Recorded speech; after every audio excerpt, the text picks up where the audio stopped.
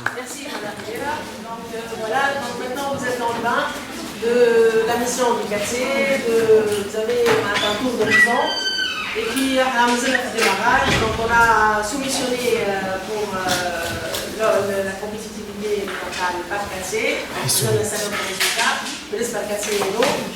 Et à le local, nous avons l'offre d'un sponsor qui va prendre en charge tout l'aménagement, etc. Donc on est encore dans la phase chantier, etc. On n'a pas un local tout à fait aménagé pour les activités quartier. Et voilà, donc maintenant on passe à Siwani Baroumi, qui est responsable du projet PIC. Donc je fais ça comme PIC, pôle étudiant entrepreneur de Carthage. Et c'est un pôle qui permet d'accompagner, d'aider les étudiants qui ont pour s'engager dans leur propre entreprise. Et donc, dans le quartier interne, on sera à l'interface qui vous aidera, qui vous accompagnera. Je marque le PIC et éventuellement, ils vous prennent en charge pour lancer votre projet et pourquoi pas votre start-up. Donc, c'est de la parole à Sylvie.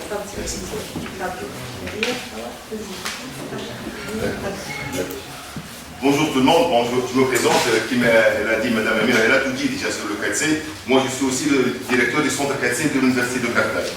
Donc il y a le QATC national qui organise des formations qui concernent tout le monde. Il y a le QATC de l'Université de Carthage, nous on organise des formations, des événements d'une manière générale qui concernent les enseignants, les étudiants et même le personnel de l'Université de Carthage. À titre d'exemple, nous avons gagné un projet PAC qu'on va dépenser sur 4 axes. La formation des enseignants en tout ce qui est ICOC, c'est une certification européenne en tout ce qui est communication, European Communication Certificate. Donc nous, comment on raisonne? On commence par former des enseignants, payer pour eux les vouchers, les certifications, les coupons pour les certifications. Une fois qu'ils sont formés et certifiés, ils font la même chose avec les étudiants. Et puis on sélectionne les meilleurs parmi les étudiants pour payer pour eux les vouchers. Donc on a une certification en ICOC, communication, on a une certification en tout ce qui est project management, selon la norme TELSTEP. On a une certification en tout ce qui est conception assistée par ordinateur, ça vous intéresse énormément, mais utilisons SolidWorks. Bon, SolidWorks c'est plutôt orienté ingénierie. Et on a une certification sur tout ce qui est utilisation des logiciels libres, LPI, Unix Professional Institute. Donc on va former les enseignants, ils passent la certification, puis eux ils font la même chose avec les étudiants. Ça c'est une chose très importante. Autre chose pour le compte office, Amir elle a parlé de ça, c'est très important le compte office, parce qu'il nous donne des emails institutionnels, chose qui est très importante. On ne se permet pas dans un CV de mettre mail de lita@yahoo.fr. Donc il vaut mieux utiliser ces emails professionnels, institutionnels. Ça permet aussi d'accéder à des plateformes qui sont payants, mais le fait qu'on est étudiant ou on est enseignant, on est académie d'une manière générale, on a le droit d'accéder gratuitement. À titre d'exemple, RechercheGate pour les chercheurs. Pour créer un compte sur RechercheGate, il faut avoir un email institutionnel. Donc les enseignants, ils ont intérêt d'avoir cet email institutionnel. Pour les étudiants, pour accéder sur tout ce qui est cloud, de IBM, de Azure, de Microsoft, de Web Service, de Amazon, il faut être étudiant pour avoir un accès de $1000 gratuit. Donc c'est très important d'avoir ces comptes institutionnels, à part que ça permet d'accéder à QATC gratuit. Sinon, je vais parler aujourd'hui du pôle étudiant entrepreneur de Carthage, le PIC. Ça vous concerne énormément, j'ai parlé avec beaucoup sur le PIC, surtout pour vous, vos diplômés et les diplômés de l'INO, normalement ils sont censés de monter leur entreprise. Donc ils ne vont pas être consommés par la masse salariale, ce qui est le cas ailleurs. Donc vous êtes très intéressés par tout ce qui est entrepreneuriat. Donc là, l'intitulé de la présentation, c'est pour une université entrepreneuriale à Carthage. Carthage, c'est la plus grande université en Tunisie. On est 35 établissements, parmi lesquels il y a 33 établissements d'enseignement et 2 centres de recherche. Donc on est énorme. On est présent dans 5 gouvernorats.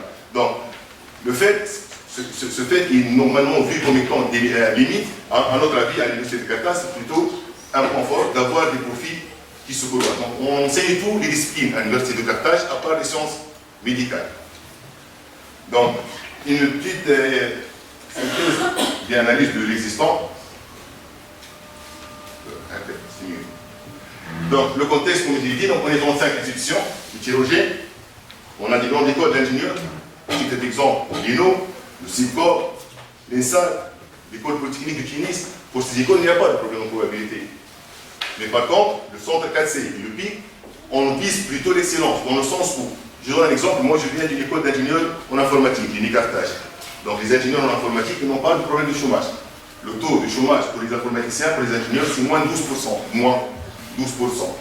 Donc il y a plus d'offres que de diplômés. Donc nous, qu'est-ce qu'on vise dans ce cas? Pourquoi le quartier dans ce cas? Nous, on vise l'excellence dans le sens, un ingénieur qui est recruté, qui reste 5 ans en tant que développeur, en bac 1, pour nous, il est pratiquement en chômage.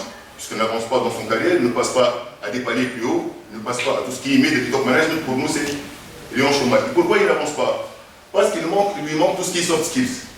Public speaking, gestion du stress, gestion du temps, ce sont des compétences pointues qui sont de plus en plus demandées. Et ce sont des compétences qu'on peut les apprendre. En termes de collègue, c'est le charisme, par exemple, si on l'a pas. Non, c'est pas vrai. On peut travailler dessus pour apprendre à communiquer, à faire le marketing de soi, à faire ce qu'on appelle le BT. Donc on essaie de viser toutes ces compétences. Donc il y a plusieurs initiatives, donc je reviens maintenant à l'entrepreneuriat, il y a plusieurs initiatives relatives à l'entrepreneuriat dans notre université. À titre d'exemple, à l'HEC, il y a un master entrepreneuriat où les étudiants ils valident leur formation via des plans, des business plans. Autre exemple, on a des clubs qui sont très actifs à l'Université de Carthage. Par exemple, la compétition nationale Inactus, dans les les 3 dernières éditions, elle a été gagnée par des étudiants de l'Université de Carthage. Le concours d'Orange, depuis sa création il y a 6 ans, il est toujours gagné par des étudiants de l'Université de Carthage. Sauf que ces étudiants, ils ne passent pas à la création d'entreprise. Ils gagnent des hackathons pour prendre des photos, pour avoir le petit chèque, et ça s'arrête ici. Donc l'objectif, c'est qu'on peut aller plus loin à tout ce qui est création d'entreprise.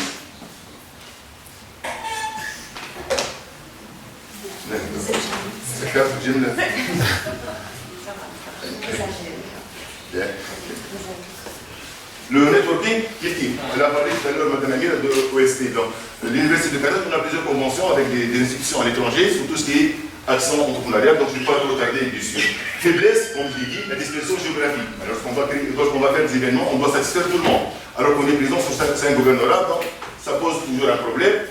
Le pourcentage élevé des étudiants qui se lancent dans l'entrepreneuriat sont arrivés à créer leur entreprise, comme je l'ai dit. On gagne des concours et ça s'arrête ici. On n'a pas encore arrivé à créer des entreprises. Il y a des cas, des success stories, mais ça reste toujours très limité. Et les étudiants qui bénéficient des formations sont généralement libres. Ça pose un problème pour tout le monde. Il faut penser à ça à l'INO. Comment on procède, nous, par exemple, pour tout ce qui est certification, pour tout ce qui est événement, pour tout ce qui est action? Comment on sélectionne les étudiants? On choisit les meilleurs. Par exemple, on va organiser une formation sur tout ce qui est informatique. On sélectionne les meilleurs en informatique.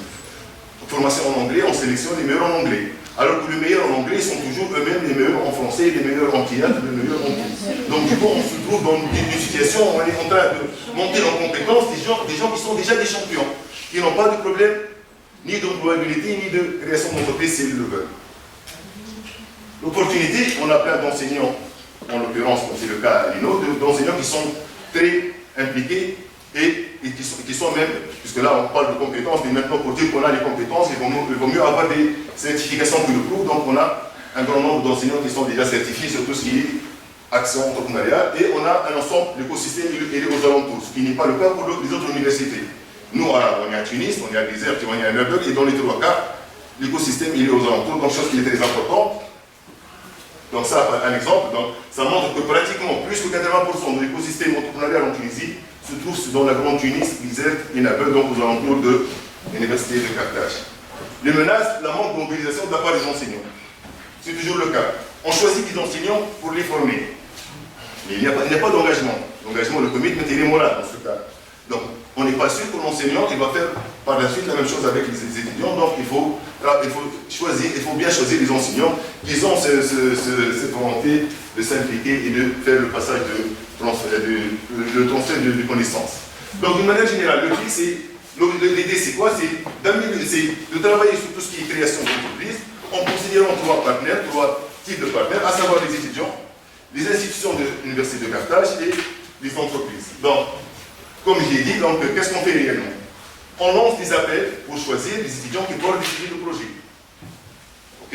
C'est clair comment ça se passe. Ces étudiants, ils présentent le revue de projet devant des jurys. Et jury qui est composé aussi bien par les enseignants que par des professionnels. On choisit les meilleurs.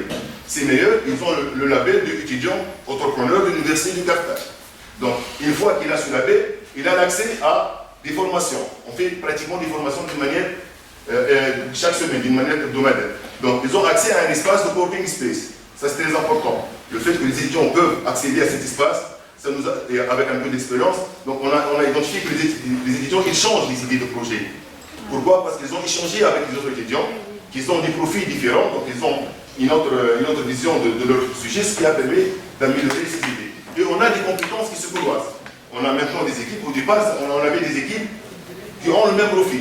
L'équipe HEC, ils sont tous bien en marketing, mais ils ne sont pas bien en tout ce qui est IT, par exemple. Et vice-versa. Maintenant, on a des projets qui sont portés par des équipes, qui sont composés aussi bien par des étudiants de l'ENSA que de HEC, que du sciences juridiques. Donc, on a du coup 3 profils différents qui travaillent sur le même projet, donc on peut aller à créer réellement des entreprises puisqu'il y a tous les skills nécessaires.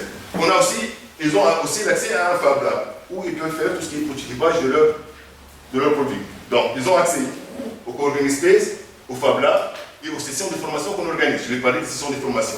En plus, et ça c'est le plus important, il y a l'aspect accompagnement. Chaque équipe qui porte un projet, elle est accompagnée par 2 personnes. Un enseignant académique, qui est du même institution, pour assurer tout ce qui est accompagnement de proximité, et un mentor professionnel, qui est de préférence un start-upper, qui a de l'expérience sur tout ce qui est marché, sur tout ce qui est business d'une manière générale. Et on opte toujours pour des start-uppers, puisqu'ils ont passé par l'expérience et ils sont proches, même en termes d'âge. Donc, le fait d'avoir ce label, ça lui permet d'avoir plusieurs privilèges. Il y a un statut national qui sera publié d'ici peu.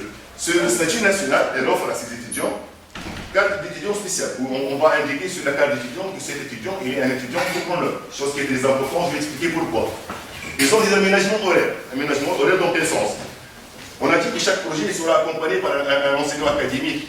Donc, tous les modules transversales qui touchent à l'entrepreneuriat, tels que culture d'entreprise, création d'entreprise, gestion des projets, l'étudiant n'est plus obligé d'assister à ces